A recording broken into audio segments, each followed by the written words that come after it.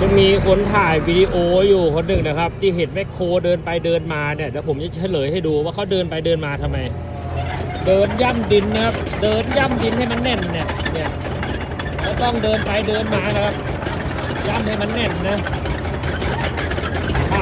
ถ่ายจากฝั่งดูนเขาก็ไม่รู้หรอกมันก็จะว่าแมคโครดีดนะครับนี่ก็เดินย่ำดินนะครับเนี่ยเดินย่ำให้มันแน่น